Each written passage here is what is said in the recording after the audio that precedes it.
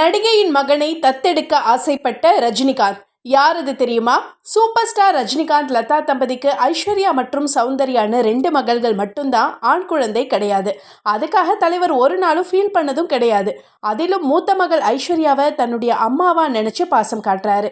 இந்த நிலையில நடிகை சாந்தி வில்லியம் ஷேர் பண்ண விஷயம் ஆச்சரியத்தை ஏற்படுத்தியிருக்கு.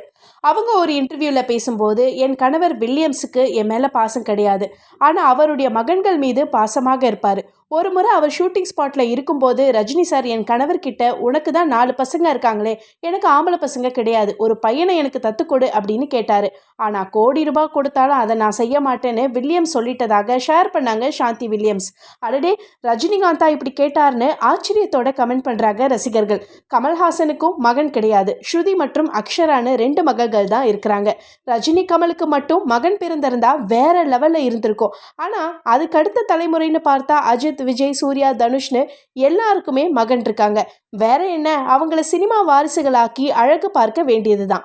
ஆணா இருந்தா என்ன, பெண்ணா இருந்தா என்ன, எல்லா குழந்தைகளும் ஒன்று தானே, எல்லாமே உயிர்கள் தானே.